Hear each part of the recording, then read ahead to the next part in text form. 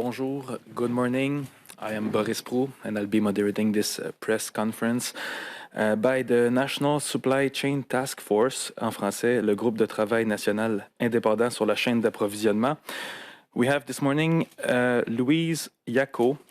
She was previously president and CEO of the BC Trucking Association, and Jean Gattuso, qui a été président et chef de l'exploitation de la sonde Industrie.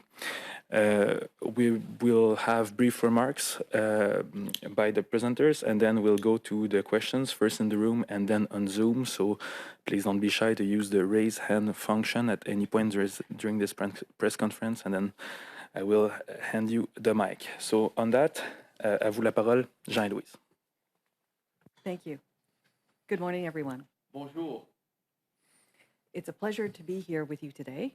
C'est un plaisir d'être ici avec vous aujourd'hui. We'd like to begin by acknowledging that we're speaking with you today from the traditional unceded Anishinaabe Algonquin territory. Today, we're here to talk about the final report of the National Supply Chain Task Force submitted to the Minister of Transport. We'd like to tell you about what we outlined in that report. The task force's mission was to examine challenges facing Canada's transportation supply chain and provide independent advice on potential actions to address those challenges. We looked for ways to improve the fluidity, efficiency, reliability, and resiliency of our national transportation supply chain to support economic growth. The impacts of the pandemic and changes to global trading patterns underscored the importance of transportation supply chains to all Canadians. The transportation supply chain is made up of ships, ports, railways, trucks, airplanes, airports, warehouses, and loading facilities. It's a web of independently operated but interdependent businesses. Each of those businesses is trying to operate as efficiently as possible. It's because of its interdependence that the slightest problem can reverberate across the country. We saw that happen over and over again in the last 2 years with blockades, floods, and wildfires. We're still facing transportation supply chain challenges on the West Coast, in Toronto, Montreal, and Halifax.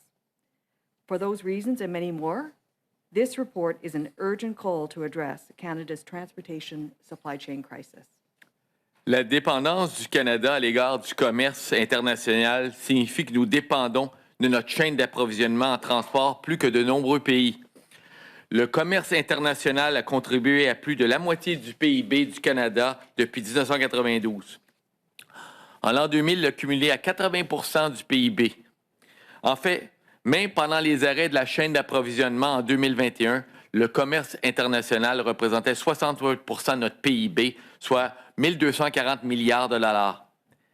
Pensez au Canada comme une grande usine ou un réseau d'usines qui crée des biens pour des clients internes et externes. Sans un système de transport efficace, notre capacité à servir nos clients faiblit. Et si une perturbation est suffisamment prolongée, l'usine perd des clients et ses profits diminuent. Et ces pertes auront des répercussions sur l'ensemble de l'économie canadienne. Parce que le transport est si important pour l'économie du Canada, nous devons agir maintenant pour réformer nos chaînes d'approvisionnement en transport afin qu'elles soient plus fluides, fiables, résilientes, agiles et flexibles. Our report is called ACT, Action, Collaboration, and Transformation. These 3 words embody both the spirit of the recommendations within and the challenge of the government and the transportation supply chain industry. This report recommends taking a national approach to addressing the transportation supply chain crisis. In it, we outline 21 recommendations, 13 of them for immediate action and 8 for the long term. These recommendations are based on more than 225 consultations and written submissions from transportation supply chain organizations, business leaders, and experts. We also consulted with departments and industry associations in the United States because that's because the U.S. is Canada's largest trading partner, and also because Canada operates within a North American supply chain system. Some of the recommendations for immediate action include easing congestion at ports, addressing the labor shortage, and tackling capacity constraints. The 8 longer-term recommendations are more strategic and intended to make Canada's transportation supply chain system more flexible, agile, and resilient. Like other countries, Canada faces challenges such as a shrinking labor pool, more frequent and severe climate-induced disasters, and aging infrastructure. And although these challenges are substantial, our opportunities are great. That's because the world still needs and wants Canadian exports. However, we can only capitalize on those opportunities if those products can be delivered competitively, efficiently, and most importantly, reliably. We recommend the government prioritize the long-term action in order to initiate the systemic change required to drive the competitiveness, prosperity, and sustainability of Canada transportation supply chain. These actions will also contribute to appropriate governance of the transportation supply chain. The first transformational recommendation is to establish a supply chain office, one that will help to unify the federal government position across the department. To name only a few, these departments include Labor, Agriculture Canada, Canadian Border Service Agency, the Canadian Food Inspection Agency, and International Trade. Without an overreaching searching perspective and a supply chain lens, these departments can inadvertently negatively affect the operation of supply chain. The second transformational recommendation is for this office to develop, implement, and regularly renew a 30 to 50-year transportation supply chain strategy. Such a strategy would enable Canada to provide a comprehensive response to current issues and long-term governance, planning, and accountability. This will provide a roadmap and greater certainty for Canadian businesses involved in international trade, as well as transportation and supply chain providers. Importantly, creating and delivering on such a plan would demonstrate that Canada continues to be a reliable trading partner. La troisième recommandation en matière de transformation est l'élaboration d'une stratégie visant à numériser et à créer une visibilité de bout à bout de la chaîne d'approvisionnement. Cela permettrait d'améliorer la planification et la prise de décision en temps réel dans l'ensemble de la chaîne d'approvisionnement, ainsi que l'efficacité et la responsabilité. La numérisation améliorera également la collaboration au sein de la chaîne d'approvisionnement. Sans cette collaboration, nos chaînes d'approvisionnement resteront cloisonnées et incapables de faire face aux perturbations, d'identifier les goulots d'étranglement et de prévenir les problèmes. The fourth long-term strategic recommendation is to address our labor shortage. This should be done through a focused, multifaceted strategy that also involves the provinces. Even with the support of technology, skilled, committed, and talented people are still a fundamental need for the many sectors involved in the transportation supply chain. There's not enough time today to elaborate on the other long-term strategic recommendations in the report, but they are also designed to improve collaboration and encourage bold action. The full report is now available on Transport Canada's website. Le rapport complet est maintenant disponible sur le site web de Transport Canada. On behalf of the task force, those who are with us today and those who could not be here, we would like to thank everyone who took the time to meet with us and share their advice and insights. Their knowledge and desire to improve the transportation supply chain to benefit Canada were instrumental in developing this report. All of us on the task force are grateful for the privilege and opportunity to serve and contribute to this important work. Thank you et merci. Thank you. Merci. We'll now pass to questions. On va maintenant aller aux questions. First in the room, would you have a question? Stephen Jeffrey, Lobby Monitor. Good morning, Stephen Jeffrey from the Lobby Monitor. First of all, in your discussions and consultations with industry associations, companies, transportation officials, were there any common themes that really emerged from those discussions, or were there sort of multifaceted issues there? Well, in terms of, I think the issues for sure, everyone are about service and backlog. So, and I think that two things that really also came out very strong is labor and also digitalization, la numérisation. Digitalization was also key, because if we want to be better to take decision, we need to have a total view on the total supply chain. And for sure, as a country that's doing trade, and 50% of our trade depend also on trucking transport, we are also missing about the equivalent of 25,500 drivers right now. So these are, the issue, and you're going to see the report is very, the way we approach the report, we have really 10 short-term action that are really calling for immediate action, and 3 that are more governance shift in order to prepare for the future. And the 3 that are governance, I repeat, are the supply chain office, the long-term strategy, and also the labor strategy for the supply chain, the supply chain industry.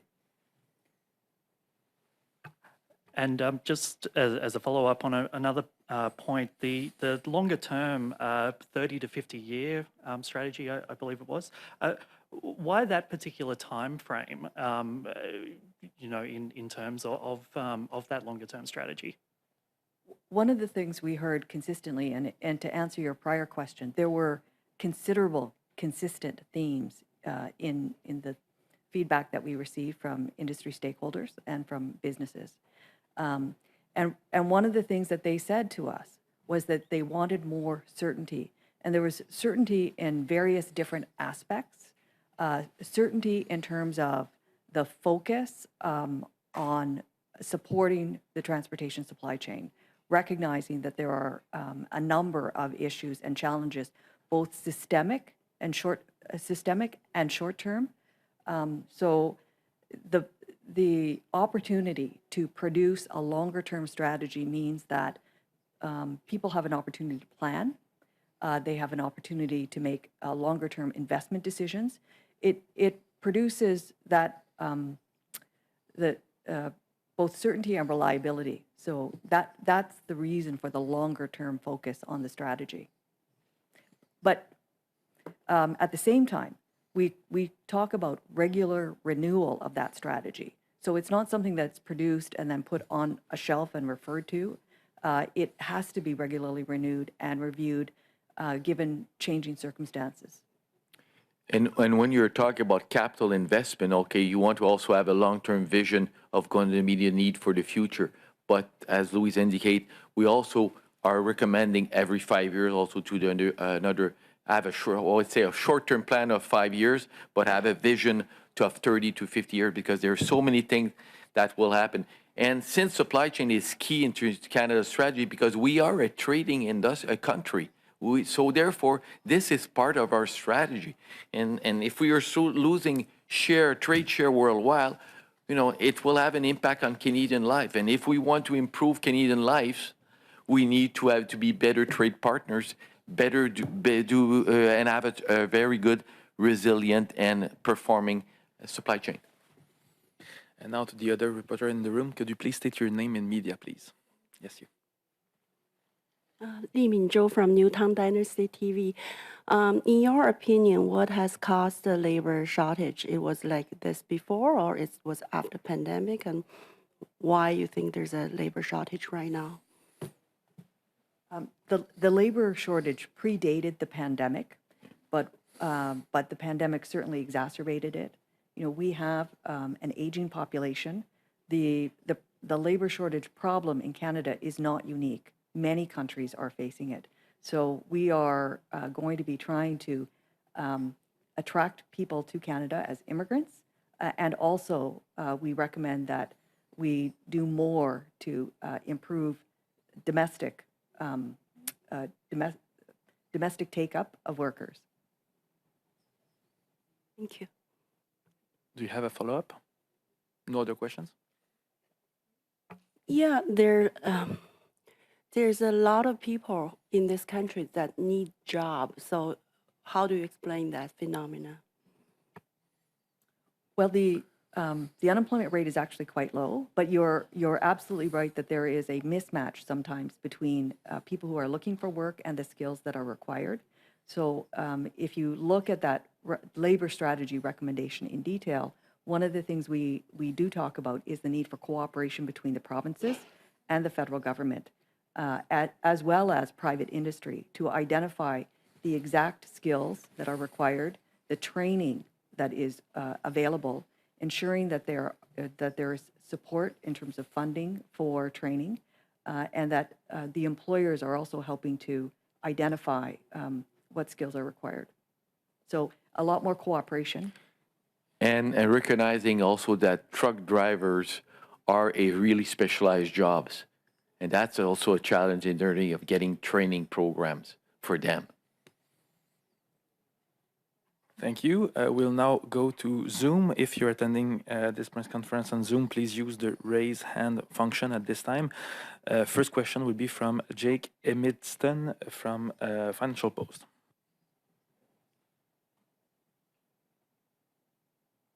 I noticed one of the recommendations is to waive 50% of rents to airports so they can invest in infrastructure. Well, how much is that going to cost the government, do you think?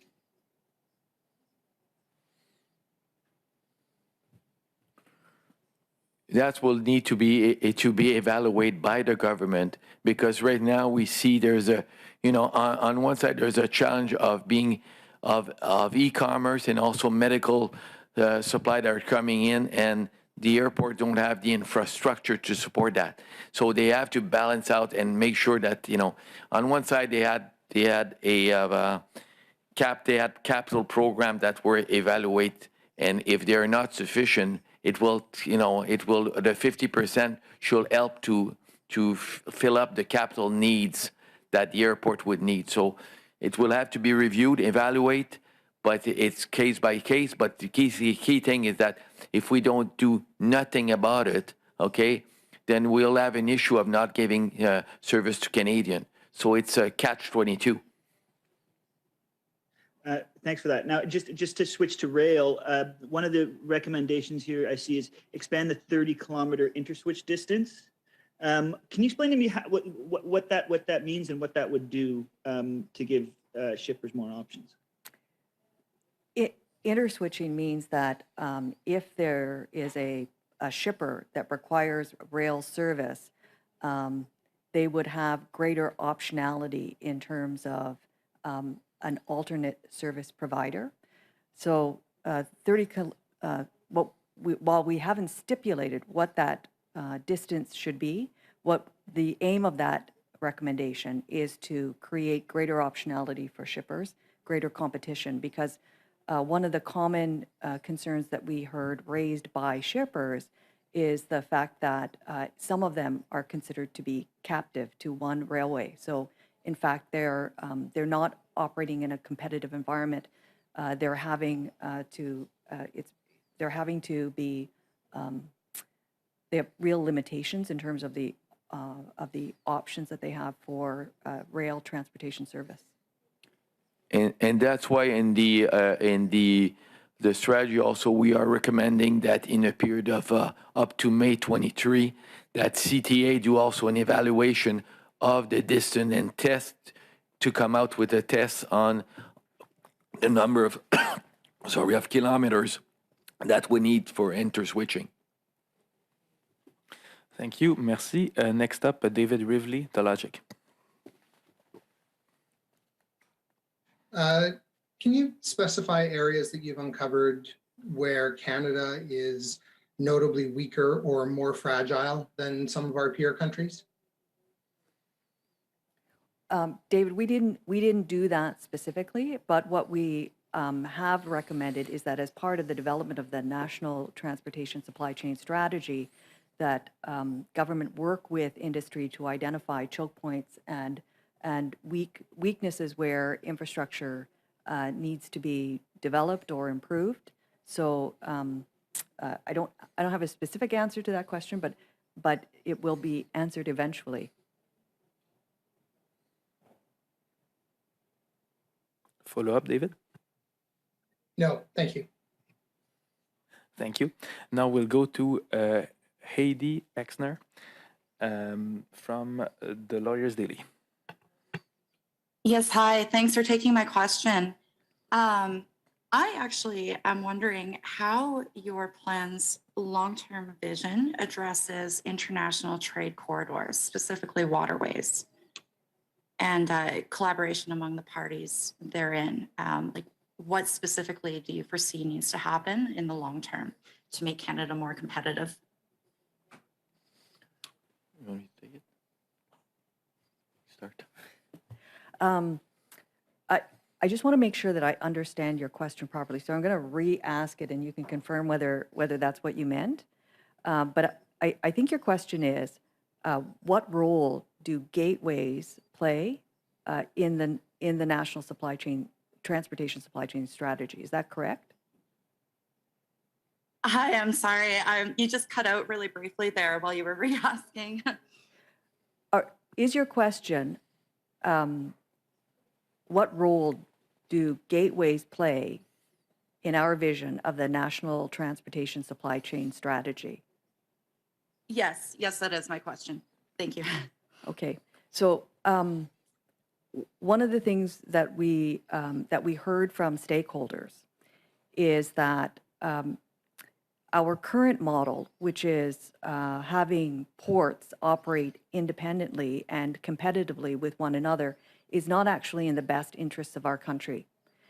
That there is a strong belief that there would be a benefit to having specific ports work closely together and collaborate and work really as a system with in a very specific geographic area, and that would provide them with competitive juices with respect to U.S. ports in particular.